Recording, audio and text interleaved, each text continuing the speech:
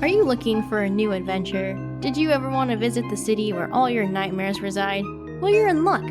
Join us, your tour guides, Christine and Jen, to visit Nopeville, where you will be personally escorted on an all-inclusive trip through the city and see all possibilities of terror and fright. You'll see all sorts of things on your tours, including, but definitely not limited to, the paranormal, true crime, the supernatural, and more. If you're into all that and enjoy a little dark humor, book your tour today and nope right along with us. Check us out on our website at nopevillepodcast.com to see where you can listen to Nopeville today.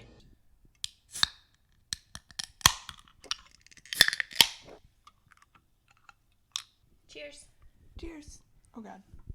Welcome to spooky season. There we go. Ooh-wee, ooh-wee, ooh. This is the first time we've recorded in your living room. This is why I have dog hair in my mouth. Don't bully my breed.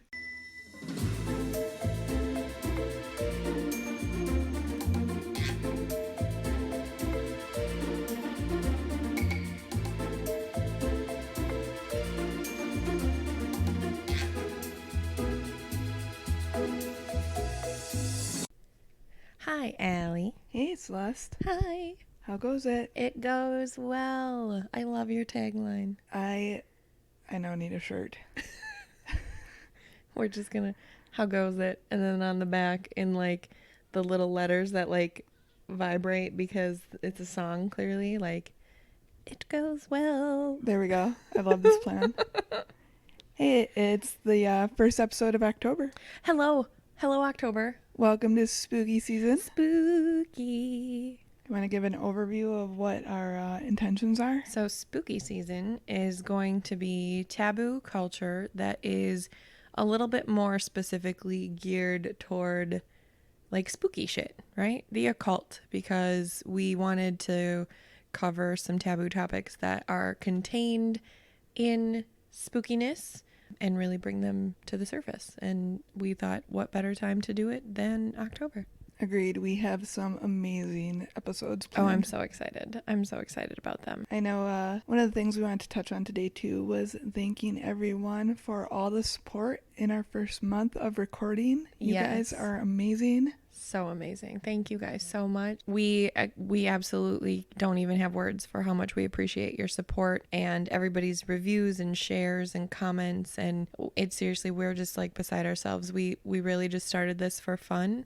And to see the feedback from you guys has been just amazing. So thank you guys so much. Seriously, from the bottom of our hearts, thank you. We especially appreciate hearing about how some of you can relate and appreciate the fact that certain topics are being brought up. That was pretty much the goal of our podcast, to normalize conversation around certain things and to make people less afraid to discuss it. Right, exactly. Even if it's just with us. I also really appreciate a lot of you have come to us talking about how much you enjoyed just the conversation, but also would like to hear us talk about something that you think is taboo. And we love that. Like, we have so many ideas for taboo things, but there are a lot of things that we don't experience that other people do. And we really appreciate you guys bringing them to us and giving us your feedback as far as ideas and topics you'd like to hear us talk about. So please don't ever stop doing that. Like, even if we've already covered an episode, there's likely going to be another branch of it. And just really seriously, we love hearing what you guys want to hear us talk about. So thank you so much for doing that. We love you guys. We do. It's true. So side note, every time I think about spooky season, I think of the Twilight Zone theme song. How does that go? I literally could not think of it. I had to stop and think because I always get doobie doobie doo stuck in my head. Scooby Dooby Doo. Also a spooky season theme song, maybe. Agreed. We should have like our own soundtrack of just the music that we do, like you and I do. Yeah, this is a great idea. I love it. I don't want to give anybody nightmares. Maybe someday when we have a Patreon page. Oh my gosh, I'm already sorry. Allie's like, don't subscribe to our Patreon. If the way I sing our Tiny Taboos intro is any indication, all of our patrons, lovely people would quit. I love the way you do the Tiny Taboos though. Like, it's my favorite. It is. So, What are we drinking today? oh my God, you're psychic. I literally was just like, we did not bring it up last time. We sucked really bad at bringing it up last time. We were so excited to talk about growing up gay and also to do the porn versus reality. And I recall what we were drinking, if that's important for you guys. I know we had one listener comment about how the porn versus reality episode would have been an 11 out of 10 had we talked about what we were drinking. Agreed, especially seeing what you were drinking. The name of it was very relevant. I was drinking a New Glarus 2 Women, which is our favorite. That's our favorite New Glarus product, next to a Moon Man. You know, I just don't understand how New Glarus hasn't found us yet with how much we talk about them and how much we praise them. And really, seriously, they should just be signing our checks. There we go. I love this plan. New Glarus, get your life together, please. So I just reached into whatever was in the fridge, and it's nothing super interesting. I'm just drinking a Truly lemonade. You know, and they're delicious. I really like them. They are. I appreciate that it's thirst quenching, and also considering that it's like 10:15 in the morning, we're not really drinking right now. Agreed. Although now we still sound like we have a problem. That was such a Wisconsin statement. Whoops. Hey, more to come on that one day, maybe. Real. Welcome. So you want to Stay hear? tuned. You want to hear what we're talking about today? I would absolutely love to. Let us christen spooky season. What are we talking about today? People eating people, AKA cannibalism. aka cannibalism. Oh my gosh. So, obviously, a quick disclaimer here: Taboos does not condone the eating of people. Please do not. Don't eat people. Yeah. I mean, Well. don't eat the flesh of people. And now we just lost everybody because we specifically mentioned eating flesh. I mean, last week we were specifically talking about eating other things. That's true. So I'm just differentiating for our listeners. Last week, what we were discussing about eating is okay. This week, what we're discussing about eating is not okay. Agreed. So don't do it. There's our disclaimer. Yep. All right, I don't know a whole lot about cannibalism, so I am so excited for all of your facts and history and statistics. I'm kind of happy that you don't know a whole lot about cannibalism. I really don't. I know. It's really impressive, I'm sure. So cannibalism is very common in the animal kingdom, recorded in more than 1,500 species. It is mostly prevalent in aquatic ecosystems. Approximately 90% of organisms within that ecosystem cannibalize. That's really interesting to me. And I guess especially because I feel like fish eating fish. Mm-hmm. What else would they eat, though? Plankton? That's all I got. But isn't that also like a living organism? Well, yeah, but not the same. That's fair. Hey, did you know that vegetarians who eat fish are called pescatarians? Like if you're a vegetarian, but you substitute having protein in your diet via the way of eating fish, it's called a pescatarian. Okay, so they are a vegetarian, but they also include fish, therefore they are a pescatarian. Mm-hmm. Isn't that a fun word? It is. Makes your mouth feel like it's on a tilt-a-whirl. Reminds me of Presbyterian. It's not the same. Also not as fun to say. It's not, but at least I didn't say Presbyterian. Yeah. I learned this fact from TJ Miller. Shout out to TJ Miller, the comedian. He's in Deadpool. He's in How to Train Your Dragon. He's in Deadpool? Fuck yeah, he's the bartender. He's Wade. Oh my god, I never realized that. Yes. My god. So he's so funny. I have seen him live and he is literally one of the nicest dudes I've ever met. And to open up this stand-up, he made a joke about his wife being pescatarian, and he fully supports her and loves her, and she's amazing and beautiful, but she also was the punchline of his joke. I don't recall that punchline, but I remember very specifically the word pescatarian because I just like the way that it feels in my mouth when I say it. Yep. Now I feel like I want to do like a Dora the Explorer moment where I'm like, can you say pescatarian? Oh god. So one of the forms of cannibalism that you might be more familiar with is sexual cannibalism. I'm sorry, what? Well, have you heard the instance of praying mantises? No. Okay then. Say more things. More things. The praying mantis and, for instance, also the black widow, they sometimes cannibalize their partners after having sex with them. I don't understand. Why would you do that?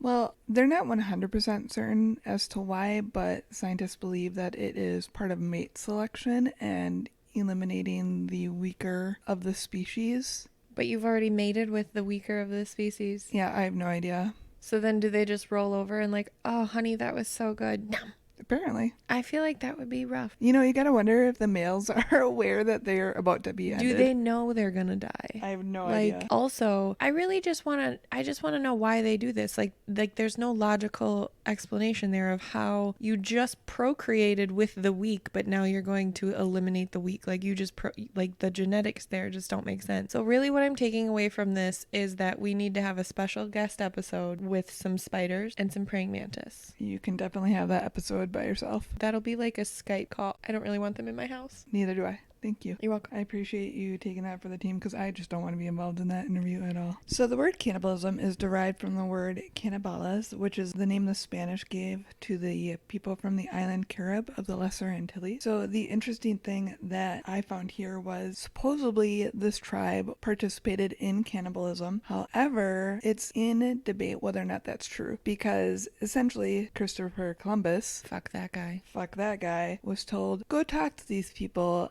and make friends with them. They're supposed to be nice, but if they eat people, disseminate them. So he really he lied on their name. He made this enemy out of these strangers literally just to fearmonger. Pretty much, from my understanding. I said disseminate, I meant decimate. God. High five for correcting it. We just make up words. Welcome to Taboos. Yeah, so I'm super interested as to whether that was something that was created and propagated by the Spanish to give them a reason to go and take over. Annihilate people. Yeah, exactly. Because there is no, as far as I could find in my research, there's no solid proof that it was a ritualistic thing. Cannibalism was actually here. Yeah. We're pretty sure he just pulled it out of his ass to like I said, do fear-mongering, controlling shit. If you guys haven't picked up the tone here, we're not big fans of Christopher Columbus, but that's not what this episode is about. Stay tuned. More coming. Just know, fuck that guy. Fuck that guy. So in ancient China, human bits would also appear on imperial menus. Oh. Yeah, so essentially the highest class in China would feast on the organs of their conquered. You know, though, I guess better their enemies than the people of their own village, right? Because I think about being a ruler. I'm trying to just put myself there for just a second. I think about being a ruler, an emperor, and who would my community suffer from missing the least? So then you think about the poor people in that community, right? Which is terrible and terrible. But if you're gonna eat somebody, you're gonna eat somebody who isn't going to be missed from your community. You don't need that person. And then I think about the poor having bad health and they don't have access to the same nutritional diet and whatever. So then not only are you eating someone, you're eating the McDonald's version of someone. Well, I think that in instances like this, it wasn't really about from within their own community. It was of their enemies. And another note on that, I don't think that people who devour people are really concerned about their overall health. I mean, in all the things that I've ever experienced based around cannibalism and all the things I've ever seen, it is important. Just ask cannibal. In 2013, there was actually a discovery that there had been cannibalism in colonial Jamestown during a particularly hard winter. Where people died from the winter? So they couldn't exactly tell. They found a female skull, and if I remember right, the age was around 12 or 13 that had teeth marks on it. I don't think they could tell whether or not she was already dead or if they killed her. But I found it interesting that there is examples of it within America's roots. I hate that whole story. I hope that she died peacefully in her sleep, and then they all wept before they were like, nom nom nom. We'll go with that narrative for your that makes me so sad. So one of the main biological drawbacks of it, obviously, is that eating the flesh of humans can cause or transfer neurodegenerative disorders, otherwise known as Kuru. Kuru? That's a fun word. It is. One example that I was reading on, specifically in this, is related to a tribe in Papua New Guinea. I don't know how to pronounce this. I couldn't find a proper pronunciation, and I don't know what Let's the pronunciation things in I dictionaries want to mean. hear what you got. Let's hear it. So it's spelled Fore, so I'm guessing the Fore people? So we're going to go with that.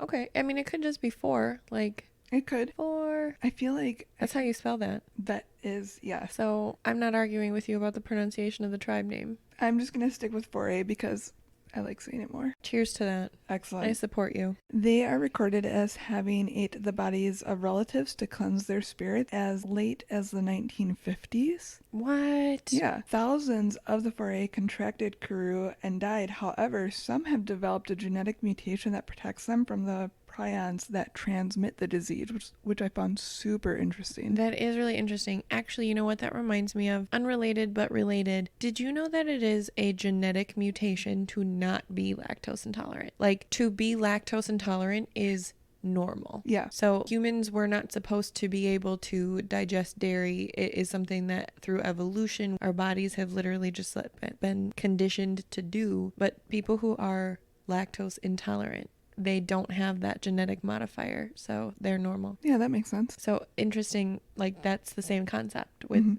you know, but like eating people. There's a similar statistic in wisdom teeth. Oh, Yeah, a lot of people, I shouldn't say a lot of people, I don't know what percentage of it, nowadays are born without wisdom teeth because we no longer need them. and they just stop growing because we take them out anyway. They don't stop growing. I mean, through evolution. Oh, I get what you're saying. I actually don't know what causes, like what the trigger is or what the genetic trigger is, but Yeah. just something I thought was very That interesting. is really interesting. I also know that other genetic mutations that fall in the same vein are winking. Being able to wink is a genetic mutation. Being able to wink with both eyes is a genetic mutation.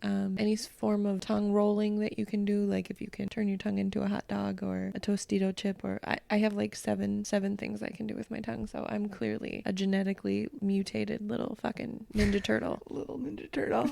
So yeah, I just thought the fact that their bodies were mutating to, or adapting rather, whichever way you want to look at it, to be able to Eat people. Yeah, not have the negative effect of eating people. I thought that Oh. was super cool. It's just, I mean, very cool and very fucking disturbing. So when you think of cannibalism, what comes to mind? Like what examples come to mind for you? Silence of the Lambs. Yep. Hannibal the show, which was so good. Third season got fucking weird, but seasons 1 and 2 are so good. I love that the first two examples are Hannibal. They're different types of Hannibal though. But it's Hannibal and Hannibal. I know. And then also Anthony Hopkins. Oh my god, get out of here. I don't. Okay, but in all seriousness, actually the other place, as I'm like running through Hannibal related examples of where I can reference this culture, I actually have also seen recently some interesting and disturbing pop culture references to cannibalism. Like what? Like a tweet from Katy Perry and from Chrissy Teigen as part of like the Pizzagate Oh yeah. concept, which that's not what this episode is about, but that's also my point of reference where I went. Oh, I am not familiar with what those tweets were, but Stay tuned. okay then. What references do you have? I'm very curious. Well, I was just thinking about random examples of it, and Hansel and Gretel.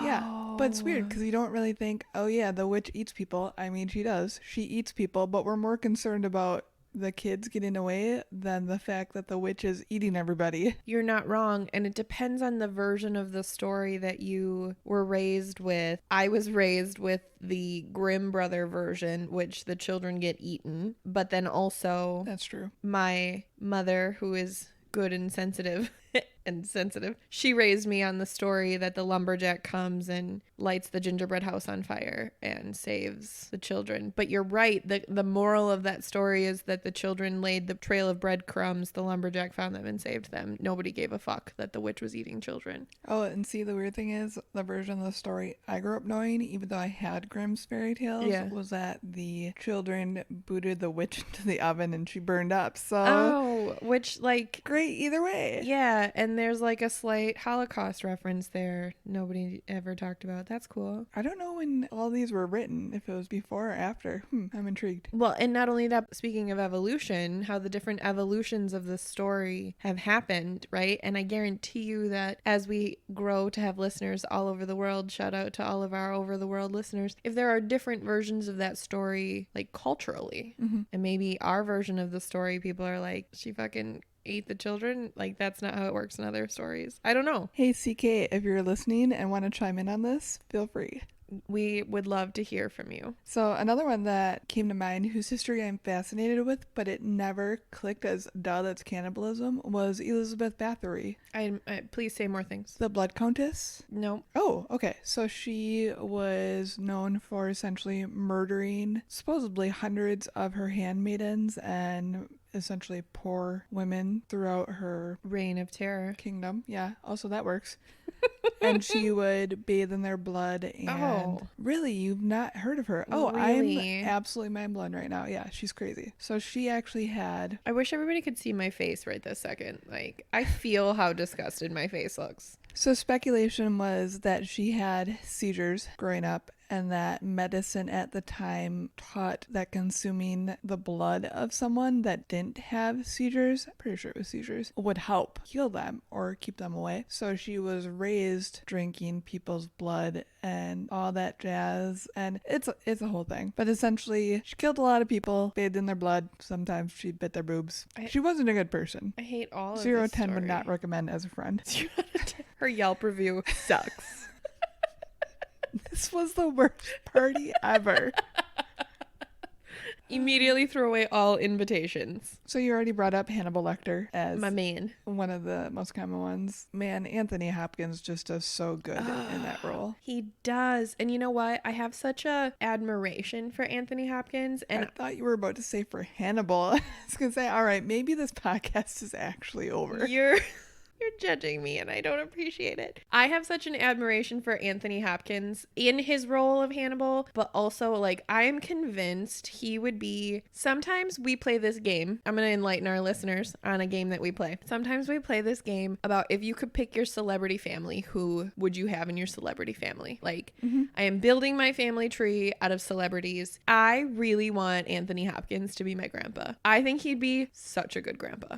I want Patrick Stewart. And you are entitled to have him. Heck yeah. You are. But I think Anthony Hopkins would be such a good grandpa because he's so weird and twisted and dark, but he's like so sweet and nice and good at the same time. And I think he'd be a great grandpa. I really do. So I have an appreciation for him for that reason. And also he's an incredible actor. I agree. And I love his voice. His voice is so specific. And I just really, he's such a trip.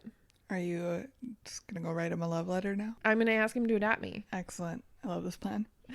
Did you know that the Hello Clarice line is not real? Everyone misquotes it. No, tell me more. It's good evening, Clarice. Oh, Yeah. because he's a true gentleman, so it would be said that way. Watch me completely get that fact wrong too.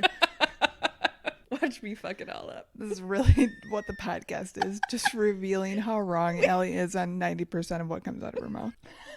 There's a lot of trapezoids involved. We're going to have our 1-year anniversary episode about geometry. Oh my god, we should really just have outtakes. I delete most of them. Oh shit. I know. I thought about it. Maybe I'll start saving them. So one of the more common recent examples would be the Donner Party. I don't know. Do you even history, bro? No. Okay. Listen, I fuck with Nat Geo. I can Nat Geo for fucking days. History. So to enlighten you, the Donner Party was a group or part of a group of colonialists that had decided to move from the Midwest, I think it was Ohio, I could be probably wrong there too, to go to California. And they followed a path that wasn't well tread at the suggestion of somebody that left before they even got to where they were going to meet him up with as a guide. Okay. So he didn't wait. He was like, peace out. They tried to follow him. Weather got shitty and they got stuck in the Sierra Nevada mountain range for months and ended up resorting to cannibalism to survive. So that's that.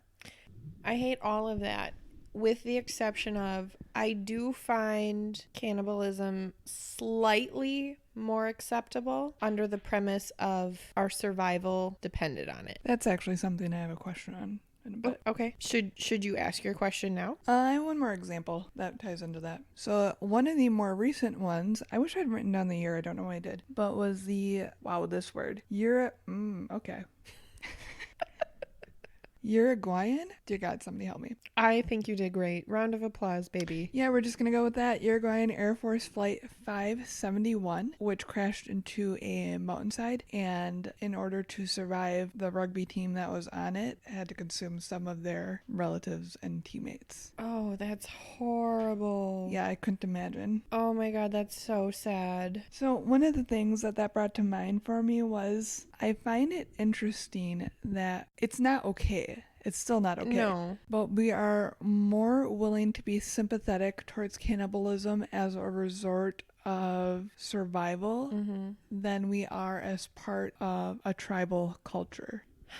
You're right. And now I'm ashamed of myself. I'm ashamed of myself to an extent for not looking at it that way and for disrespecting the fact that it is somebody's culture. However, my humanity refuses to allow me to accept that it could be a cultural practice because I cannot imagine as a society looking around and being like, oh, Brian looks like he'd make a good lunch today. Like I can't go there. But in the emergency situations, in a survival situation, I'm still not okay with it. Like it still doesn't make me feel good. But I can't say I would die. I would just die. I wouldn't be able to bring myself to do it, to consume another human. Like I could not. But I do agree with you that there is less stigma to it in the concept of I did it for survival.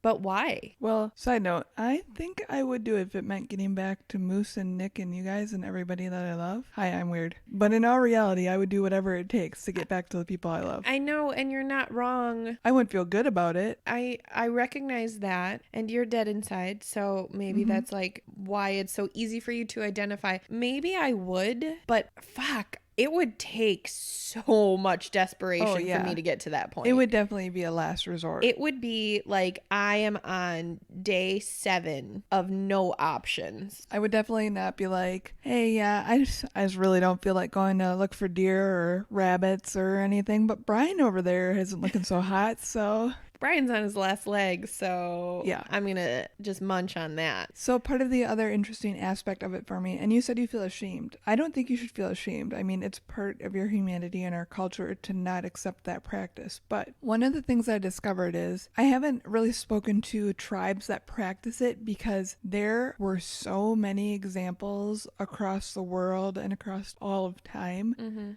where it was a common part of culture that it was too much to reference. Sure. But a lot of the theme of that practice is the fact that they essentially take in that deceased person's soul, and they are deceased, whether it is by war or natural causes, and they consume that person's soul through consumption of their flesh, and in that the person lives on and their attributes live on through them. So I think that that's a really huge distinguishing call out, okay? And this did not occur to me until you said these words. In my very limited experience with cannibalism, thank God for that. In my immensely sheltered experience with cannibalism, I have only ever correlated cannibalism with survival or murder, okay? So for you to say that of these people did die of natural causes or they died, like they died, but they were not murdered. I do know that there is a correlation also with cultural cannibalism and also sacrificial cannibalism. There is a correlation there. However, that is my presumed correlation that I make myself. So what you're saying really is fascinating to me and also broadens that horizon for me. I still don't align with it. Yeah. I'm still not going to be like, hey, can you fry up some Brian for me? Because I'm hungry. I'm good there. But it actually does make me take a step back and think, to your point, if this is like an embodiment thing, if this is like an honor to be, in a sense, reincarnated, like to have your body serve a purpose, and also in like a very animalistic way, like circle of life moment, shout out to Mufasa. Like, I have never considered the positive side of that culture. I have only ever correlated it to cannibalism equals murder or cannibalism equals I'm trapped on Mount Everest and going to die. Yeah. In my research, I didn't find any where the victims were still alive. I mean, it could be, but primarily it was done because of the belief that they consume the soul. So The example that I have that I know about is, like I said earlier, albinism and cannibalism having a direct correlation in certain countries in the world. I believe one of them is Tanzania. I could be super wrong about that. But there's actually an episode about it in And That's Why We Drink. Shout out to Christine and Em. Thank you. Hey. Thank you so much for being the inspiration for us to put our own little podcast together. And I'm so proud of our podcast. So we really are just sending you big hugs and thank yous. But in an episode of And That's Why We Drink, they specifically talk about cannibalism and albinism together. And in that country and in that culture, people who have albinism are directly targeted because they're foreseen as this sacred thing. Yeah, almost like it's a mystic quality. Yeah, and so in the education that Em and Christine shared with the listeners is that being albino is just as valuable as the ivory from an elephant's tusks. Yeah. Or the horn of Rhyhorn is a Pokemon. It Rhinoceros.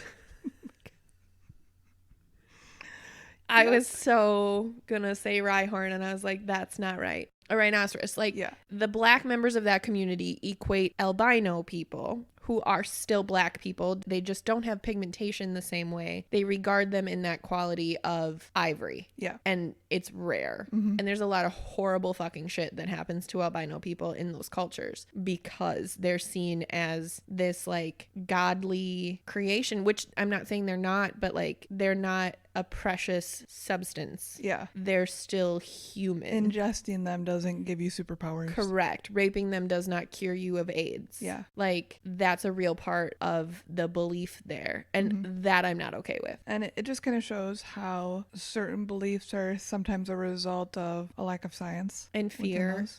Yeah. But that's probably something for a whole other day. So, repping Wisconsin, we have Jeffrey Dahmer. Ooh. I'm not going to dig into him. I think we should a little bit. I didn't write anything down, so if you want to go ahead. I think we should. So Jeffrey Dahmer actually is from Milwaukee, Wisconsin. Shout out to MKE. You know, I looked up a picture of him because everyone was like, he was so attractive photographer. And I was like, oh, okay. I disagree with this statement. You know, I don't even know what he looks like. I'm looking it up right now. Oh, he's not attractive. Not in my book. You know, though, maybe for the time, because he's got blonde hair. Like, he doesn't look threatening. He's very Brady Bunch. He is very Brady Bunch. That's a good way to say it. And at the time he was at large, Brady Bunch was that was an iconic figure, right, in our country. So he's not ugly. He is because I know what he is. Like, he's ugly because maybe that's it too. Maybe he's ugly because we know what he is. Looking at him purely aesthetically, he's not ugly. He's not attractive. He's not threatening, though. Like, he does not look like he eats people. Yeah. So that's to a point, though. Serial killers or killers in general that eat people, obviously much less common. But it kind of brings to mind one of the questions that I had thought Can we of. finish thoughts on him first, though? Sure. Like what? What are your thoughts? I was just going to share some just Okay. thoughts. But I was looking them up while we were Okay. talking about his Kind of appearance. looks like Dexter. He does look a little bit like Dexter, like old school Dexter, like OG Dexter, but Dexter didn't eat anybody. Some blatant facts on Jeffrey Dahmer, born May 21st, 1960 in Milwaukee, Wisconsin. Shout out to Andrew, our sweet little Andrew. They have the same birthday. Oh, God. I'm so sorry. I think that's fun. He died November 28th, 1994 at Thank Columbia Correctional Institute in Portage, Wisconsin. So he really stayed here like his whole life. That's just an embarrassing shit stain on the underwear that is Wisconsin. I personally like it here, but okay. There are some issues, but I like it here. It's not the worst, but it's not the best. He had 17 victims, most of which were men and boys. According to thelineup.com, Dahmer was apprehended in his Milwaukee apartment in 1991. He was dubbed the Milwaukee Cannibal. He does remain one of the most infamous serial killers of all time. He was not just a murderer. He was a rapist, a necrophiliac, a cannibal, and he was an obsessive preserver of human body body parts. Yep. You know, I read an article one time about a boy who had escaped Jeffrey Dahmer. I know who you're talking about. Yeah. I'm going to find his name because he deserves his name to be said. On the morning of May 27th, 1991, Dahmer left a drugged and unconscious boy named Konorak in his apartment while he went to a local store to buy beer. Miraculously, the young boy escaped Dahmer's apartment and made his way into the streets of Milwaukee, where he was seen by Sandra Smith and Nicole Childress. The sad thing about this story, which is not in the information that I'm looking at, but the sad thing about this story is that Sandra and Nicole contacted local authorities, shout out to Milwaukee PD, and they actually returned him to Jeffrey Dahmer, where Jeffrey then murdered him. Yeah, so part of the reason for that was Jeffrey Dahmer had actually drilled a hole in his brain and poured acid in it, so he couldn't communicate properly. He was also, if I remember right, he was black. And he was not. He looks of some sort of Philippine descent. You know what, though? I think you're right. Nicole and Sandra were black, and that's why the police didn't... Well, yeah, it was part that, and it was part a race thing, and part, oh, well, we don't understand the gay community, so... So who are we to intervene in this white man and his affairs? Yep. So, spinning off of serial killers and their weird behaviors, though, what about if a victim has okayed it? What are your thoughts on that? Where I say you may eat my flesh? Yep. I have no interest in saying that. So the reason I'm bringing that up is because there is an example of it. Armin Meues, I believe, was a German computer repair technician that had posted a Craigslist ad looking for somebody that wanted to be eaten. And there was someone that responded. His name was, Burden Eugen. My dear God. I cannot say this.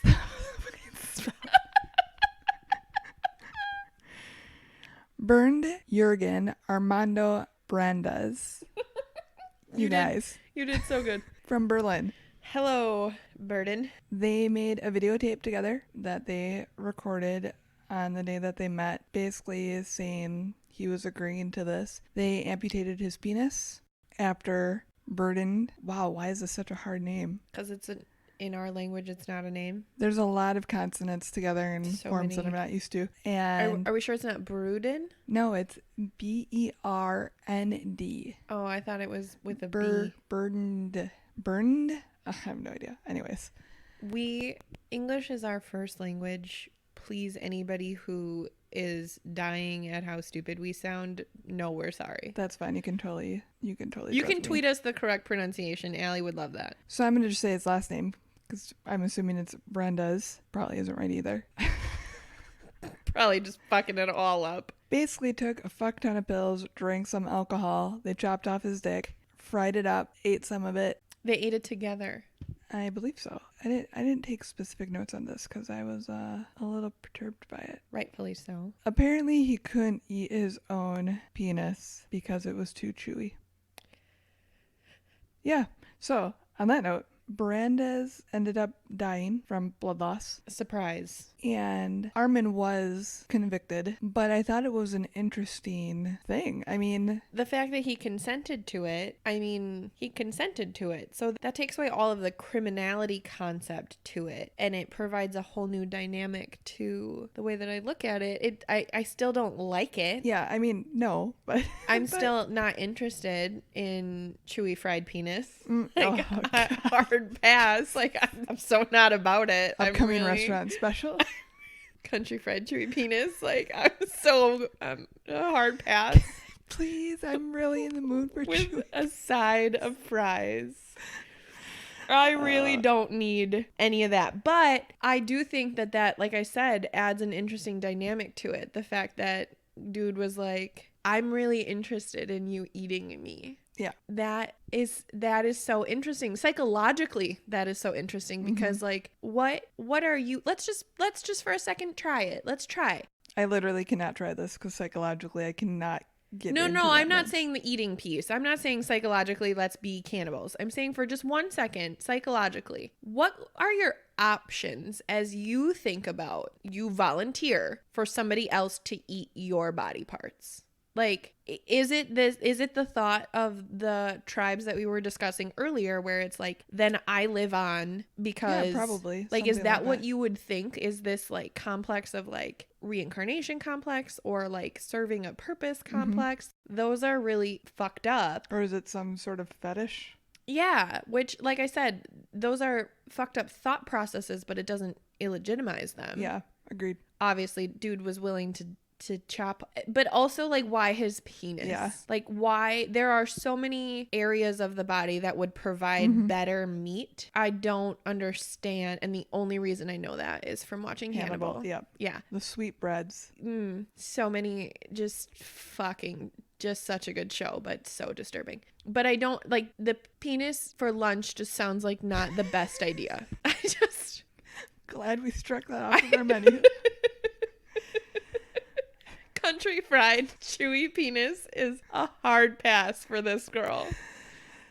So, Can I, super quick, before I get too far off of that thought though, I just have to say, unrelated but related, I actually think I know what texture this is. So, have you ever had calamari that was not prepared correctly? yes. Where the flavor, even if the flavor is okay, but the texture is like chewing on umbilical cord? Yep. I imagine that is what the texture was yes. like. And then I'm like, Andrew and I went out for sushi and I let him choose the random nigiri that we were going to eat and he chose octopus. yeah. I will never eat that again. You know, I really like octopus. I love calamari. I love calamari. This was uncooked. Oh. Yeah. With the little, like, it was the suckers texture on of it and stuff? chewy penis. At least you know that. You know that now. Like, we know we do not like the texture of country fried chewy penis. I agree. So it's not going to be on the menu of the Great. Taboos restaurant. I'm so glad. We should start a Taboos restaurant. No, thank you. I love that idea. Let's just pass. So, also, I just wanted to note that all of the research and articles I read were from National Geographic, Vox, and Wikipedia. Is Wikipedia a reliable source? Are we really citing? There was pretty thorough stuff on Wikipedia. I'm not judging. Listen, you Google air however you need to Google it because that's your superpower. I support some Wikipedia. So I had one other question for you, and then I have two examples that I thought were kind of interesting. That might piss people off. I'm so excited to bite into it. So what if this world... I'm just ignoring you. What if this world burned all of our natural resources like we are doing and it came down to people? That was not even a sly diss. That was like blatant as fuck. I felt that from over here. Okay, so the question is, what if Trump continues to be in power? We have no resources and all that is left is people. Yeah, do you think there'll be a societal shift to where eating people will be acceptable because that's what we have left? All jokes aside, I actually do feel like that could be an option, Yeah, I agree. which is horrifying to think about. If any of the Armageddon movies that we've seen have taught us anything, You know, it will or if the Mayans were dyslexic and instead of 2021, they wrote 2012. I saw that meme. I loved it and it needed to have its place my God. in our episode. So this was perfect. But I mean, like I said, and like all jokes aside, like really seriously thinking about the position our country is in, the reign of power that our country is experiencing, the lack of accountability and control and fucks given for human life in our country. If that's really what it came to, I don't foresee that being a stretch. Yeah, I agree. And We're not there. No. I want to be clear about that. This is not tomorrow. yeah, I just think it's interesting that that line could be crossed, and I think would Yeah. It's one of those dystopian futures that's not really that far away. Kind of like, unrelated, but this is where my brain went, how The Handmaid's Tale is a dystopian future, but it is not that far away. Yeah. As fertility rates decline, as infant rates decline, infant life rates are on the down low, as death rates rise, especially because we're in a pandemic. Like, there's a lot of factors in addition to, again, the power struggle of our country right now. Yep. Dystopian future, right? Which is fun to think about in a weird sadistic way until you really look at, Yeah. fuck, Gilead is not that far away. Mm-hmm. It's kind of already in the White House. That's scary. Yeah. So I had 2 additional thoughts I want all your thoughts. that I thought was just kind of interesting. So one modern day example that I thought of, I do not mean to offend anybody, but this just came to mind, is there is the practice in recent years of eating the placenta. Oh, I guess, would that be considered a form of cannibalism? I mean, why wouldn't it? I don't know.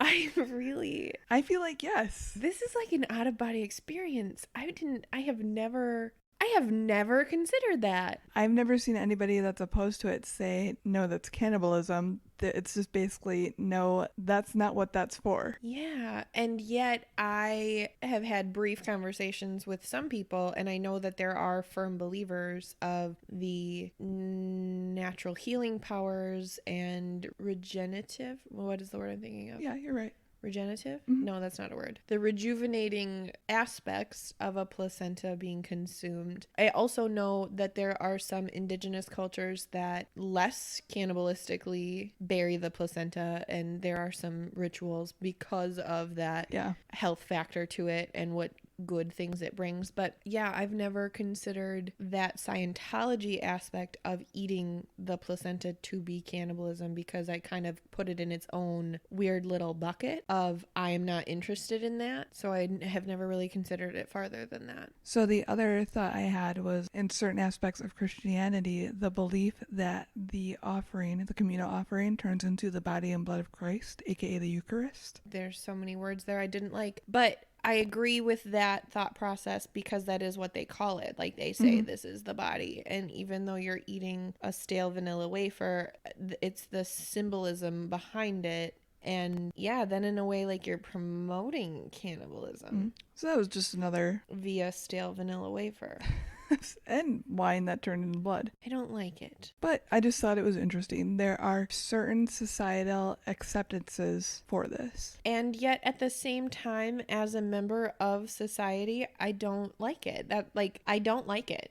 I don't. And again, like I'm not a vegetarian. I'm not downing the eating and consumption of meat. I have issues with different levels of it, but I am not going to be the person to say I don't want a cheeseburger. Like, okay, I respect anybody who is vegan or vegetarian. I love animals. It's a very conflicting thing that I deal with, but I am not in a position that I can attribute a human body to be processed like an animal. And I don't know why. I don't know what that distinguishing thing for me is. I just can't do it. No, I totally get what you mean. Yeah. Also, I love meat and I'm never going to eat a human. I know that's kind of where I was going with that. Like, and yes, butchering is a disgusting process, not even like because it's blood, like it's a sad, pathetic, disgusting process. And we have gotten so far away from hunting for survival. And like to quote Little Dicky, we made it easier because we're humans and that's like our God-given right to do that.